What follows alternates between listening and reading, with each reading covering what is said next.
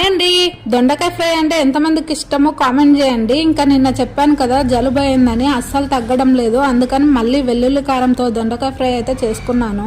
జలుబు అయితే ఏ పని చేయబుద్ధి కాదు. అంతేకాకుండా చిన్న పిల్లలు ఉన్నారు, వాళ్ళని చూసుకుంటూ జలుబు వచ్చింది అనుకోండి ఆల్మోస్ట్ జ్వరము, దగ్గు, ఇంకా అన్ని బాడీ పెయిన్స్ ఇలా ఉంటూనే ఉంటాయి. అందుకనే వెల్లుల్లి కారం చేసుకొని తిన్నాను. ఆల్మోస్ట్ జలుబులో నాకు ఫుల్ స్పైసీగా ఉండాలి, పిల్లలు తింటారని అన్ని చప్పచప్పగా చేసేసి నోరంతా ఎలాగో అయిపోయింది. అందుకనే ఇంకా నా వరకు అని ఇది మొత్తం నాకే అనమాట. మా అక్క ఎంత చెప్పినా డాక్టర్ దగ్గరకు తీసుకుపోయింది. ఇంకా ఆమె కూడా ఇవే చెప్పింది అనమాట. ఇంకా నువ్వు ఎంత సాధ్యమైతే అంత మంచి తిను, తర్వాత అన్ని అవే తగ్గిపోతాయి అని చెప్పింది అనమాట. కానీ వాళ్ళకేం తెలుసు యూట్యూబ్ జర్నీ ఎంత మంచిగా చేసినా అస్సలు రావట్లేదనే బాధతోనే నాకు ఇలా అవుతుందేమో అనే ఫీలింగ్ అనమాట.